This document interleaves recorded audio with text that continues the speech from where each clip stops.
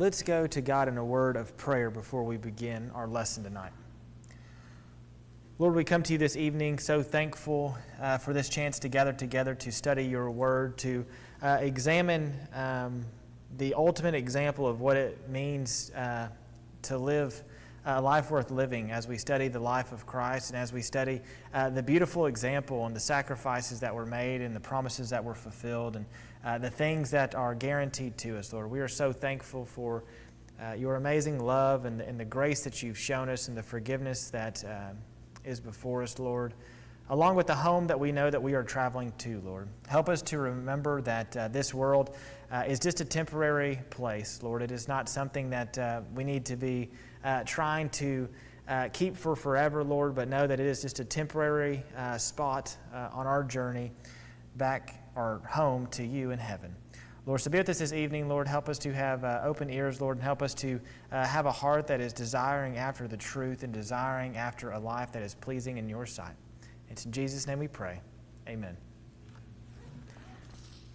So last week, and by the way, we are light in number tonight. I imagine it was probably because of the crazy rainstorm that came through here from like 6 to 6:45 or so. But we needed it, so I'm glad the Lord provided us some rain. Last week, we went over the transfiguration, as I was looking for the word. We went over the transfiguration, and we went over what that looked like.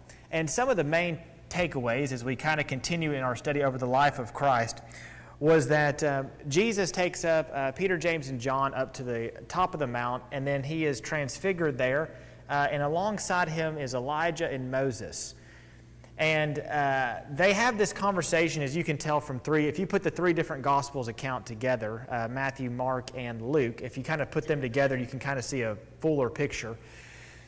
But as you can kind of see what happens, the three disciples that go up with Jesus actually are asleep whenever Elijah and Moses are having a conversation with Jesus. And they're having a conversation about Jesus, about his soon departure from the world, which is an interesting conversation. And as they wake up, they can apparently either tell by the conversation or maybe what they look like or some way or another, they can tell that this is Moses and Elijah next to Jesus. And so the three apostles there become terrified, for they did not know really, they were terrified of what was going on. And a great cloud comes over, which brings upon their kind of terror and their scaredness, and says that this is my beloved son, listen to him. This is something that Michael and I discussed. It's interesting that this cloud, this voice from heaven, God says, listen to him, this is my son. And when you really think about it, you have Moses and Elijah, two from the old, or what is in now our times, the Old Testament, the lawgivers and things of that nature, who if you go back just a couple lessons back in the life of Christ, in our study over the life of Christ, Jesus asked them, who do you say that I am? Some say Elijah, right? Some say others, and there's numerous ones listed, but one of the other prophets most likely would have been Moses. There was some thoughts behind maybe Jesus coming back or the Messiah coming back and being Moses and things of that nature. But as they wake up as they open up their eyes after being scared and kind of bowing their heads there, they wake up and they only see Jesus. And it's such a great resemblance, or it's such a great kind of scene to remember that those things of old have come. Jesus did not come to take them away, but he came to fulfill. And now we are to what? Listen to Jesus, which is something that a lot of people, especially during this time, and even in today's world, are struggling to do. Some people today still want to listen to a lot of the things of the Old Testament. I think I mentioned this maybe a couple weeks back, and I don't necessarily think this is a bad thing. We've discussed it before. But I want to say there's two states that have done it. Louisiana has tried to put, or is going to put, the Ten Commandments back in schools. And there's another state, it might be Oklahoma, that's trying to do something else back in school. Is it Oklahoma? And it is? Oklahoma? Okay. The Bible back in school. And so I think it's interesting that they chose it of all things, the Ten Commandments. The Sermon on the Mount probably would have been maybe a little bit better for New Testament age, right? Because we don't follow everything in the Ten Commandments. But the thought there is good. And then Oklahoma puts the Bible back in school. I mentioned this last week. The Bible is in school if Christians are in school, and prayer is in school if Christians are in school, because they cannot take that away from you. I mentioned it last week, but write it on the tablet of your heart. You can take it with you everywhere you go. They can't take the Bible out of your workplace or school or anywhere else, because as a Christian, you get to carry that around with you everywhere you go. Same thing with prayer. They can't make you stop praying. The only way they can make you stop praying is to take away your physical life, and boy, what a hindrance would that be, because then we would just get to spend eternity with the Father. So it's a great reward for a Christian if we taste death. So let us stand fast and let us continue to spread the message. And so as we continue in our lesson tonight, we are going to find ourselves in Mark 9, starting in verse 14. And these two accounts that we're going to go over are actually found in the exact same three gospel accounts that we studied last week. So Matthew, Mark, and then Luke. But we're going to spend the majority of our time in Mark 9. It gives us, I think, a little bit more context, a little bit more detail. And so starting in Mark 9, verse 14, it says this: "And when they came to the disciples, they saw a great crowd around them, and scribes arguing with them. And immediately all the crowd, when they saw him, were greatly amazed and ran up to him and greeted him. And he asked them, 'What are you arguing about with them?' And someone from the crowd answered him, 'Teacher, I brought my son to you, for he has a spirit that makes him mute. And whenever it seizes him, it throws him down, and he foams and grinds his teeth and becomes rigid. So I asked your disciples to cast it out, and they were not able.' And he answered them, 'O faithless generation, how long am I to be with you? How long am I to bear with you? Bring him to me.' And they brought the boy to him, and when the spirit saw him, immediately it convulsed the boy, and he fell on the ground and rolled about, foaming at the mouth. And Jesus asked his father, 'How long has this been happening to him?' And he said, 'From childhood. And it has often cast him into fire and into water to destroy him.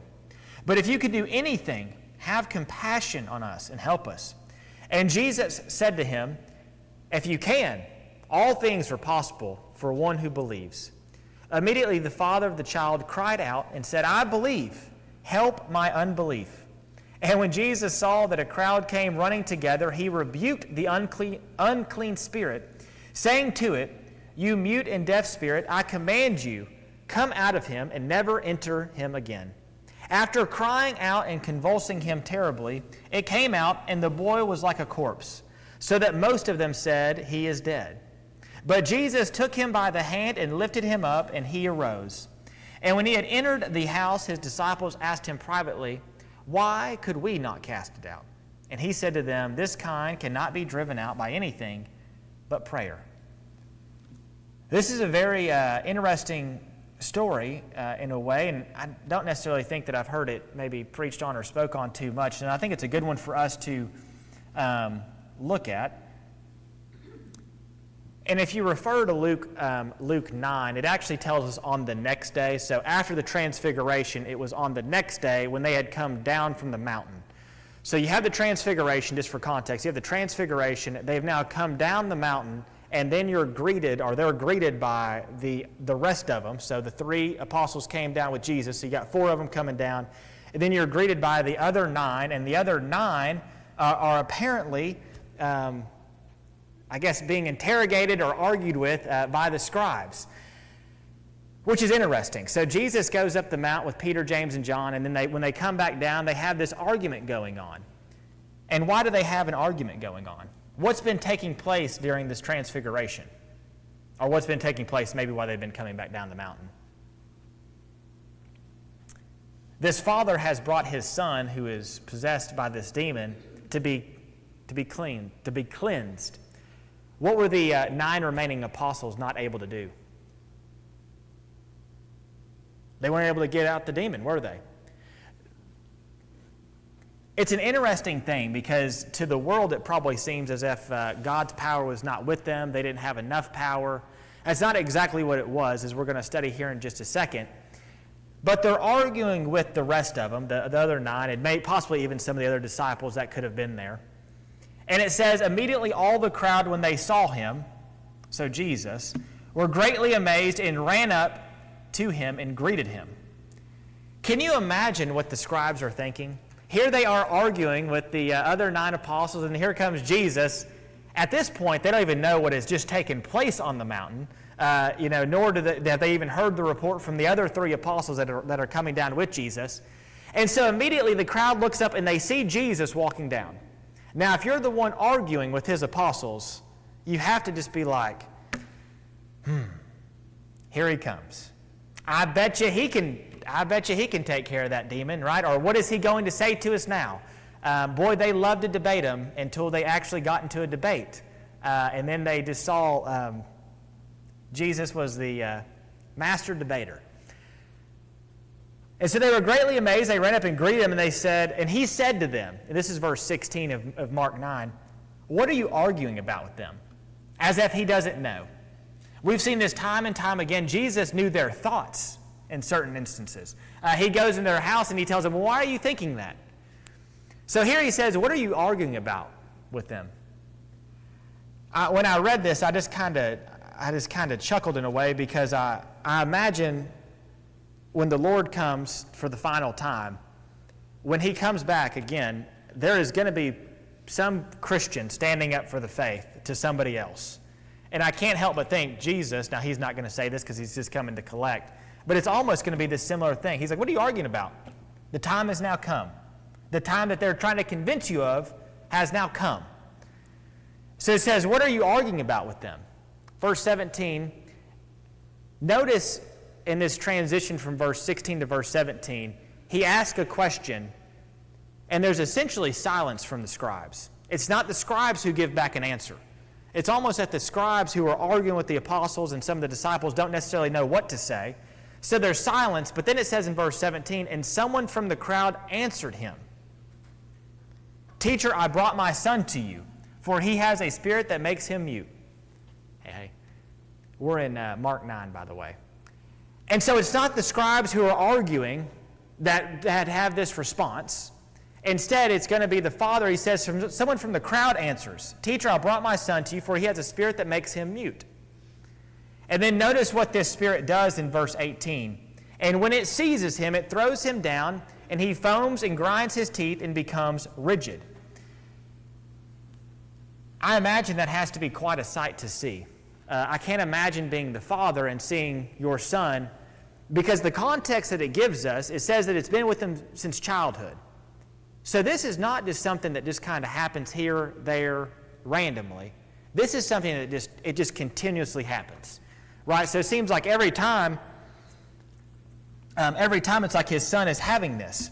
And if you look at Luke 9, Luke 9, verse 38, the other gospel account of this, and it says, Behold, a man from the crowd cried out, Teacher, I beg you to look at my son. And then just listen to what he says at the end. For he is my only child. For he is my only child. Asking the what? Only child that's been sent down to die for everybody. He says, for he is my only child.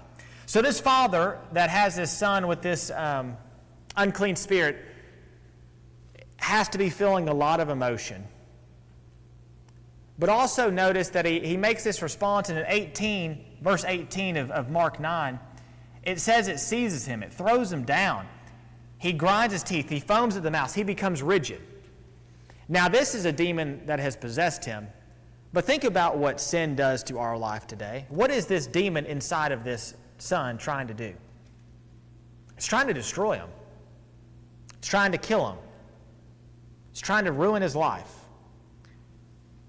When we allow unclean things into our body, when we allow unclean thoughts into our mind, when we allow unclean things to stain us, what is that unclean thing trying to do to our life? Destroy it. What does Satan want to do? Destroy it. I would even say more, Satan is just trying to get you to think, because he almost just wants you to destroy yourself. Because if he can cast just a little bit of doubt, he knows that our mind will just take the rest right down there. Right? You give him just an inch, he takes way more than a mile. Right? He'll take as much as he can possibly get. And so this unclean spirit is doing all kinds of things to him. And the Father says, I asked your disciples to cast it out. This is in verse 18. And they were not able.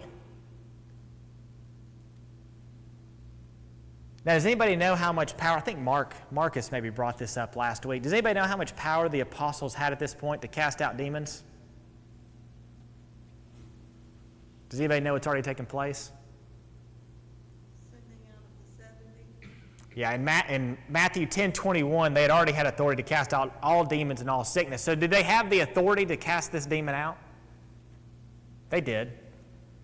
But they couldn't. They couldn't. So verse 19, and he answered them, O faithless generation. What's he going to say to our generation? I think that's a good question for us to ask. I think, O faithless generation is probably going to be one of them. I think it could be many others as well. But what is he going to say to us? What is he going to say to our congregations? You know, Dale spoke about the different churches in the book of Revelation and them getting different responses. And I know we have some visitors here. What is our congregation? What's our report card going to look like? What's our own personal report card going to look like? Are we going to fall into the, oh, faithless generation? Or are we going to fall into the, oh, you are such a faithful generation? Oh, you are such a true generation? Followers, whatever it may be. And he says, how long am I to be with you? How long am I to bear with you? Bring him to me.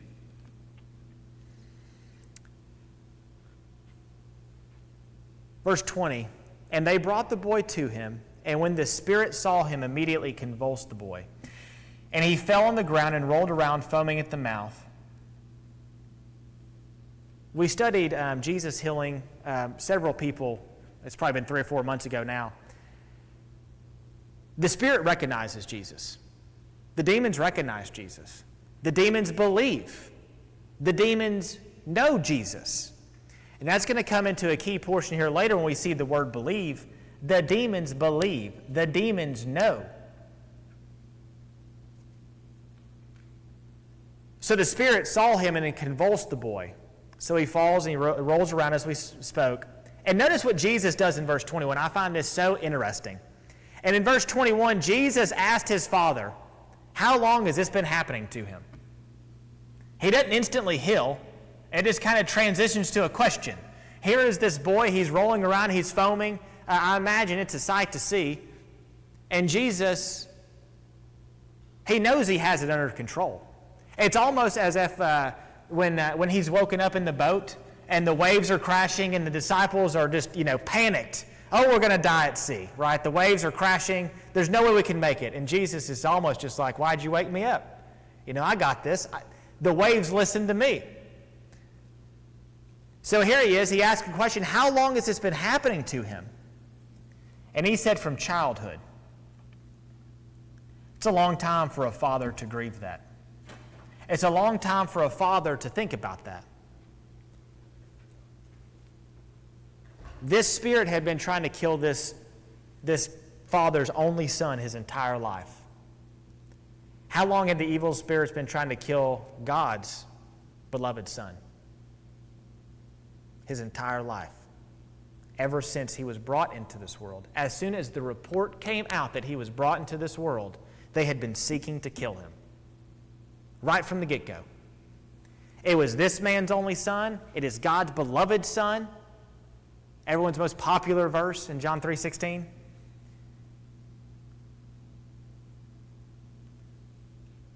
Sue? It's interesting in this that not only did the demons believe in Jesus and recognize who he was, but whenever he told them to leave, they obeyed. They left. Mm-hmm. They recognized his power too. Yeah, that is a good point. The demons listen. The demons, they know they can't fight back, which is something that I think, weirdly enough, I think we could probably learn something from them. That might be one of the only things that we could learn. They know the power that Jesus held. They know the truth that Jesus held. They know that they can't win that battle. Yet sometimes we as humans think that we almost have a better idea than he does. Maybe he hadn't thought of that way. He knows the best way, right?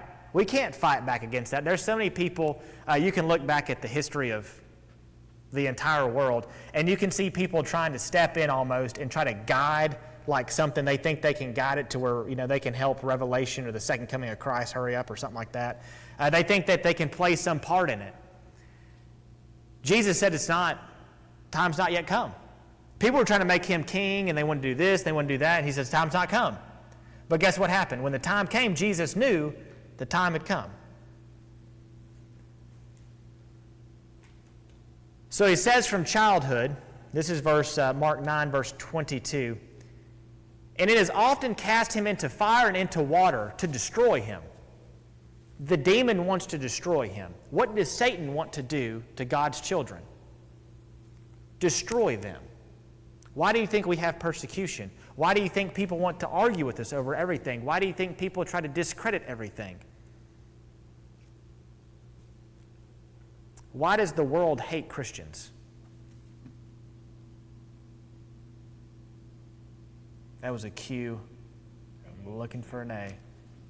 They hate truth. They hate light. They hate us because of his truth. Because what does his truth do?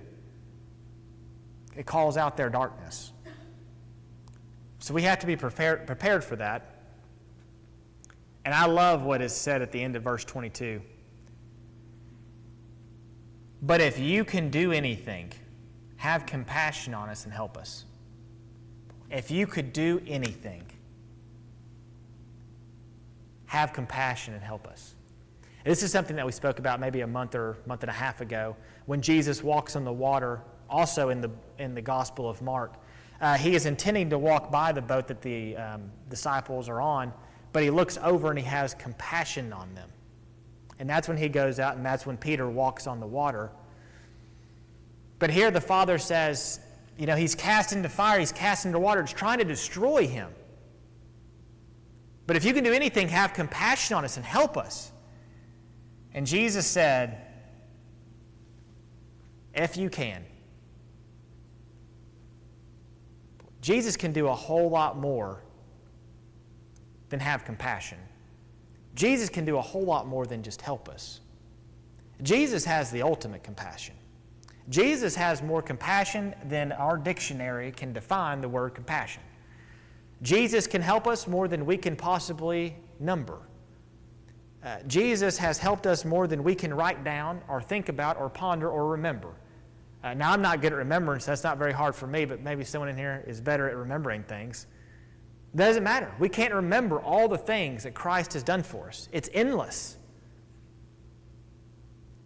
If you can, all things are possible for one who believes. That'd be a good sermon right there too, Dale, on your, I don't think that verse means what you think it means.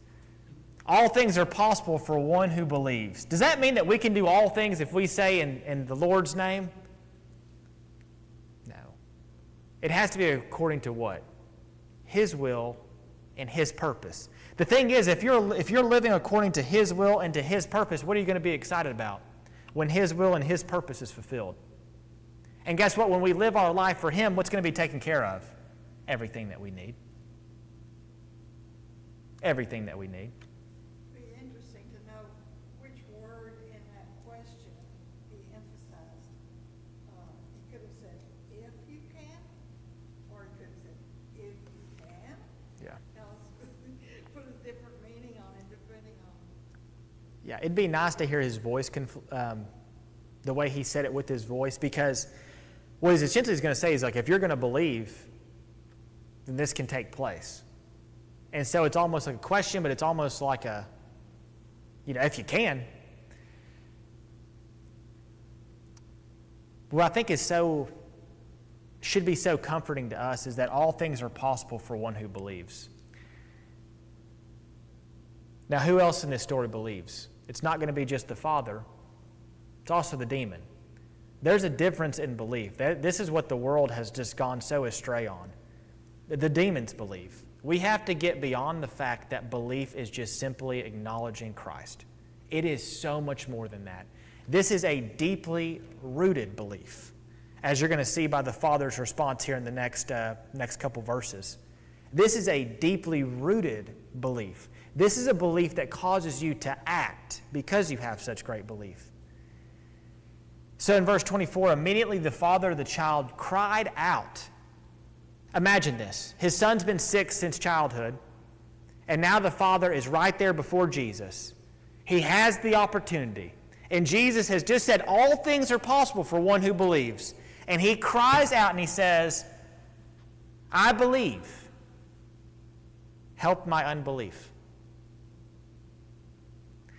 This is something that we also see with the apostles as they ask for a similar thing in Luke 17 later on in our study. They're going to ask for greater faith. I believe. Don't know if I have enough belief for this one, is almost kind of what the context is in a way. Help me have more belief. I believe, but I still need more. I think all of us could almost benefit from that statement too. I'm close to Christ. Help me get closer. I'm walking with Christ. Can I walk closer with Christ? Oh, I believe. Can I have a deeper belief? Sometimes in the church, or in a congregation, I guess I should say, we can become stagnant. We can become okay with the status quo. We can become okay with where we are in our walk. We should never be satisfied with our walk. We can be satisfied to know that we are in the arms of Christ and that we have Him as a Savior. That's not what I'm saying. What we should never be satisfied with is, I feel like I'm close enough. We can always be closer. We should always want to be closer. Oh, I think I'm doing pretty good. We can always do better because Christ calls us to do better. And we're going to see that here probably in the next lesson. Sue? You can tell by that question, if you can, Jesus knows at that moment he didn't have enough belief. Yep. So the man praying for more belief is doing the right thing. Yeah. Because he was responding to it that way. If you can. Yeah. If you can. Yeah. If you can muster up the faith, and we're going to see exactly here in a second why the apostles were unable to heal them. It was because of the exact same thing. It all goes back to faith and belief. It's a beautiful point. We're always guilty of this. I'll believe it when I see it. Yeah. Just touch my side. Yeah. Right? You know what Jesus said? Just touch my side. Let him touch his side. Yeah, we could definitely fall into the trap of I'll believe it when I see it. The good news is in this county, we can look outside and you can see it because those mountains didn't just randomly land there. Boy, did God do a marvelous job making those mountains. So he says, I believe, help my unbelief. And then in verse 25, we have something interesting. And when Jesus saw that a crowd came running together, he rebuked the unclean spirit, saying to it. So the Father makes this statement, and then Jesus sees this crowd running together. They're coming towards him. Man, we should wait until they all get here, and then I'll show my miracle. That way everyone can see it. Is that what Jesus is after? Jesus ain't after the fame. Sometimes I think we can also fall for that too. We can try to get into the fame. How many people are going to see my good work that I'm about to do? Right? That's not what it's about. It's about doing good work all the time. People are going to see him as a byproduct, but it's about doing good work all the time because Christ has done such a work in our life. So he saw the crowd running together, and that's when he rebukes the unclean spirit, saying to it, You mute and deaf spirit, I command you, come out of him and never enter him again. Never enter him again. Verse 26, and after crying out and convulsing him terribly, it came out, and the boy was like a corpse, so that most of them said, He is dead. I can't even imagine how physically tired the body had to be after going through what this child went through for this long. It doesn't tell us how many years, but it's got to be a good handful of years of just constant torture by this demon.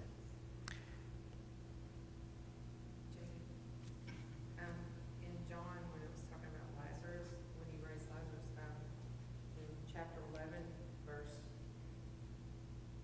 42, and he's talking about because of the people who were standing by said this, that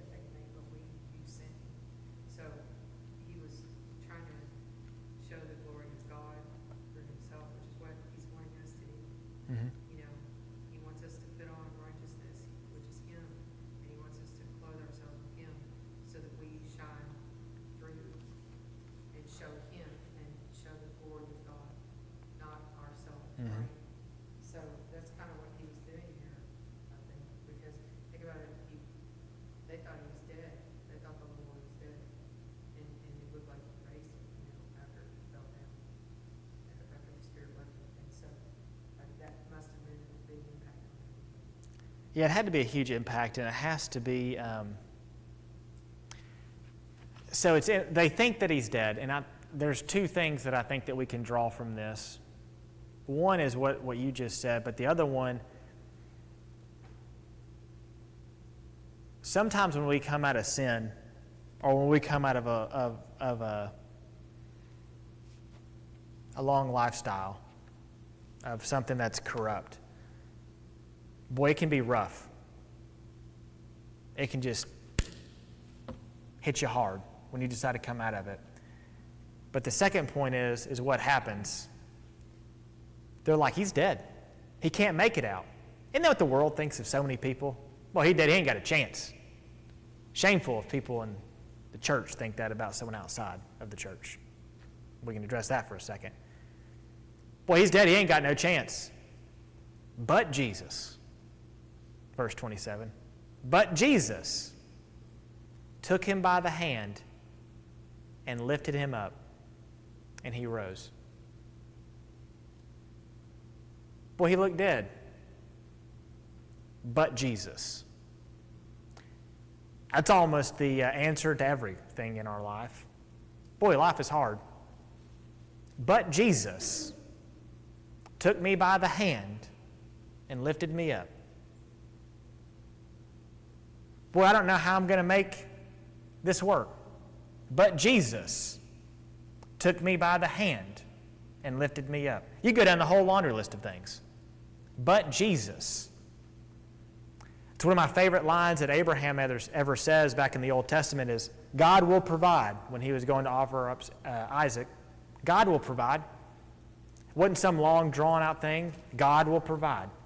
I don't have to know how. I don't have to know when. I don't know what it's going to look like. But guess what? God will provide. Here it's, but Jesus. A little bit before this, if you remember, Jesus walks on the water. Boy, Peter has more faith than you could muster up. He walks out of that boat, second person ever to walk on water. Then he sinks. But Jesus did what? But Jesus reached out his hand and grabbed him. And he arose. That's the key part here. You can have a life that is full of an evil spirit. You can have a life that is full of things that are not clean. Just filled of unclean things. And you can come out of those things. You could look dead to the world, but Jesus can help you rise to a new life. Mark? Yeah, I think you nailed it with the faith and belief. Immediately the father, the child cried out and said in tears, Lord, I believe, help my unbelief. That's the first advancement towards what Jesus is getting at. And what God says in the prior story of the transfiguration, listen to him, call on him, believe on him. And the father starts believing when he says, Lord, he's asking Jesus to help him believe in Jesus, which is what, if we want to believe in Jesus, pray for more belief. And when you look at it, this crowd has been following Jesus for a while. We've been studying kind of a crowd following him since he's fed the 5,000, and he's done a lot more since then. But a lot of them are chasing after him for miracles or for things that Jesus is not necessarily wanting. That's not what Jesus is looking for. Can I be saved? And to Sue's point, Jesus might say, if you can. Because you can. Can I enter heaven? If you can. He's provided it all for us. Dale mentioned it. I've said it numerous times. Hell was not made for us. Heaven was. That's where he wants us to go. I'll wrap her up right here before I give it to Michael. But in verse 28 it says, "And when he entered the house, his disciples asked him privately, 'Why could we not cast it out?' And he said to them, 'This kind cannot be driven out by anything but prayer.'" Now, if you look at Matthew, before I answer verse 29, if you look at the Gospel of Matthew in that account, I'll read it real quick for y'all. It's in Matthew 17, starting in verse 19. It says, "Then the disciples came to Jesus privately." Notice they did it privately. They weren't going to do it publicly. Privately, and said, "Why could we not cast it out?" He said to them, "Because of your little faith. For truly I say to you, if you have faith like a grain of mustard seed, you will say to this mountain, 'Move from here to there,' and it will move, and nothing will be impossible for you." They had the authority to cast it out. They were lacking the faith. When you look at the account in Mark 9, it says, "This kind cannot be driven out by anything but prayer." What do you think we can accomplish in prayer? This Matthew account said anything but prayer and fasting, so. Yep. That was another thing. It's also proactive faith. It's also, you say proactive? Faith. I like that. Proactive faith. And the closer you are to Jesus and trusting and believing in Him, the more you can lose that fear and doubt and that worry, and you're just going to go. Well, people will talk about, well, we believe in God, we believe in Jesus. So do demons, and they tremble to sight for God. They tremble to fight for Jesus. Yeah, this could be a interesting example, but this song drives me nuts every time I hear it on the radio. I always change it. Jelly Roll, if y'all haven't heard of him, he's like a new country star in prison, came out of prison. Anyways, now he's like a famous country singer. He has a song, I can't remember what the name of it is now. "I only talk to God when I need a favor," I think is what it is. Something like that. Is that what it is? I only talk to God when I need a favor. Yeah, I only talk to God when I need a favor. As you just mentioned, that ain't proactive faith. That is the faith that we should rebel against. Because if the only time we ever want to talk to God is when we need a favor, well, we got our communication wrong. We should be talking to God all the time. I think Brian mentioned this, I believe it was last week. Praying while you're driving, praying when you're doing anything. We should always be in constant communication. This prayer is going to help us with our faith. When we start spending more and more time in prayer, when we start spending more and more time, we do become proactive. That's what it's all about. We don't have to sit there and get ready when the battle shows up. We don't get to sit there and get ready once Jesus comes back a second time because we've already been proactive. We've already done what is needed. And that can be what's so beautiful about a Christian's life. We've already done. Jesus has done what was needed too. Yeah, Jesus has done what is needed. We've just grasped it. And now we're proactive enough to know that no matter when our life ends, whether it's taken early, it's taken at an older age, or Jesus has come back, it don't matter. Because we have something greater waiting ahead. Mark? Real quick, where Jesus weeps and convulses and cries out to God, goes in the wilderness, goes to pray, and in the Garden of Gethsemane, he is pouring out himself. The contrast is the evil spirit is crying and convulsing.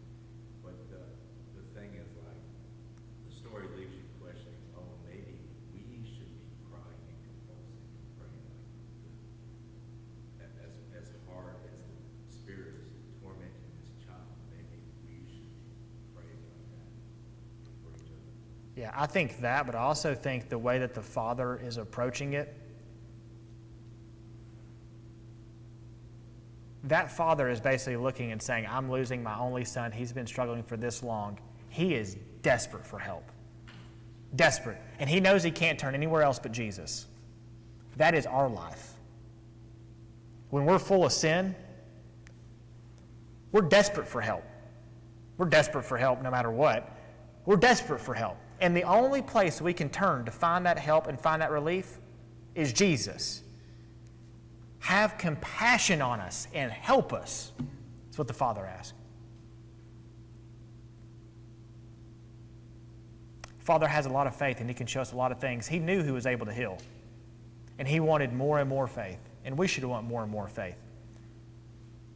So as we look to grow our faith and as we look to have a proactive faith and know that we are just a passing through this world, Michael is going to bring us an awesome devotional that I can't wait to hear.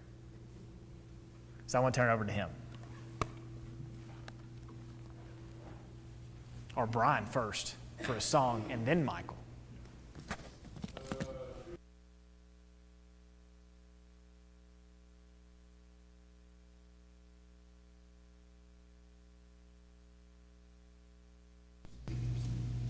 Also Mark 450 as an invitation song.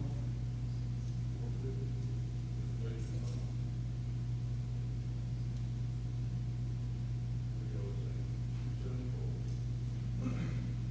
I have found a friend in Jesus, he's everything to me. He's the fairest of 10,000 to my soul. The lily of the valley, in him alone I see all I need to cleanse and make me fully whole. In sorrow he's my comfort, in trouble he's my stay. He tells me every care on him to go. He's the lily of the valley, the bright and morning star. He's the fairest of 10,000 to my soul.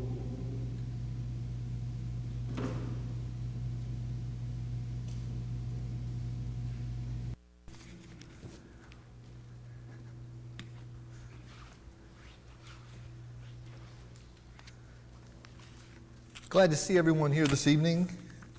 It's always a blessing when we can come together. Help me out here. I've got some groups of people, and help me categorize them into different groups. Elvis Presley, Whitney Houston, Freddie Mercury, Michael Jackson, Karen Carpenter, Buddy Holly, and Prince. How would you categorize them? Singers, huh? They're dead? Singers? All right, how about Kobe Bryant, Kirby Puckett, Dale Earnhardt Sr., Thurman Munson, and Lynn Bias?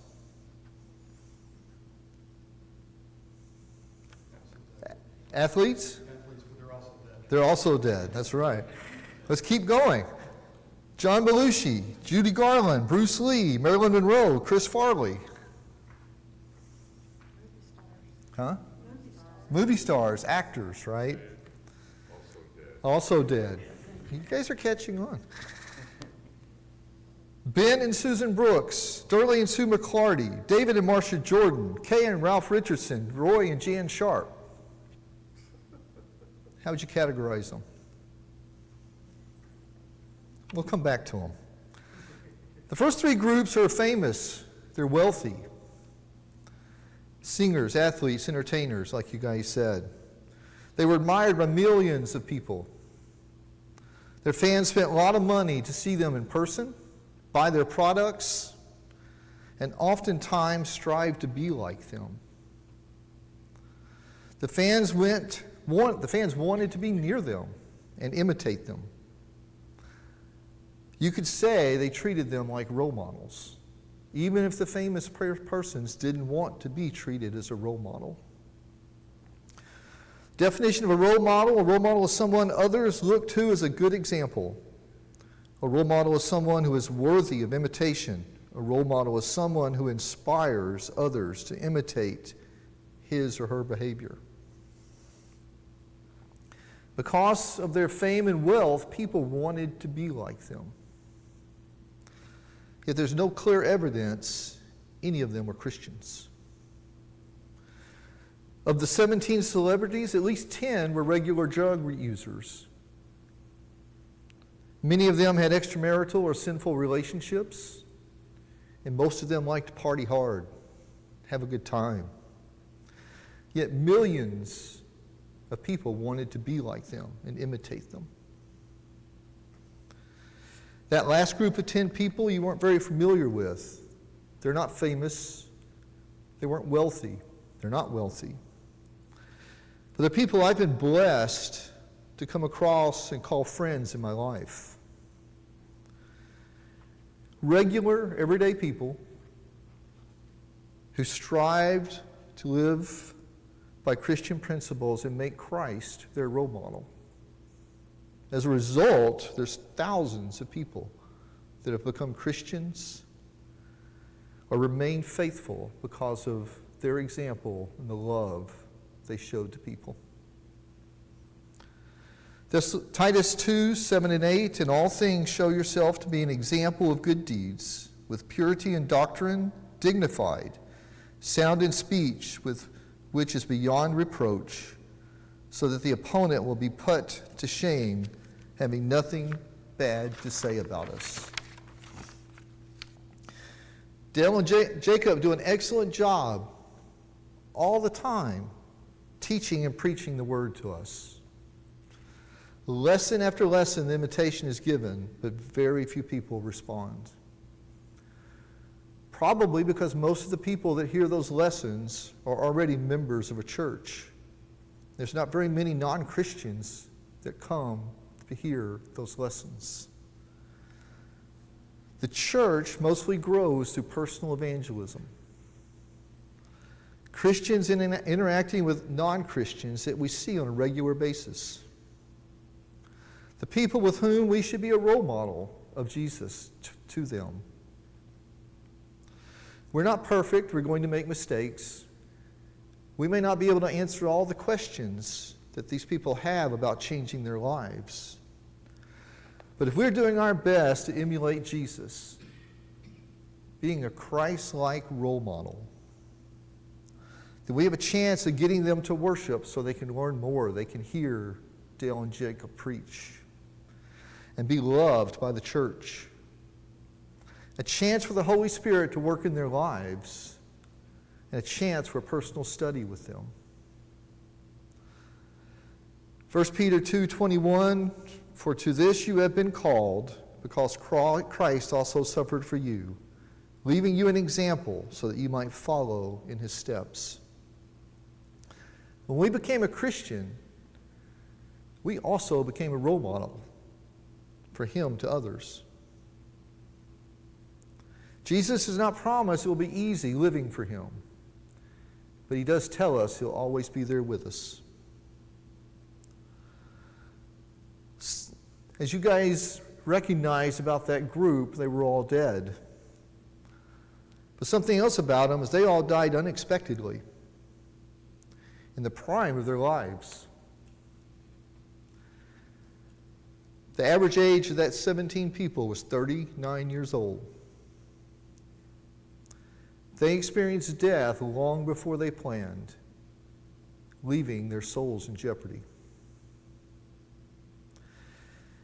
If there's something in your life preventing you from being the role model that you need to be for Jesus, or if there's something we can help you with tonight or pray for you, please come as Brian leads us in this song.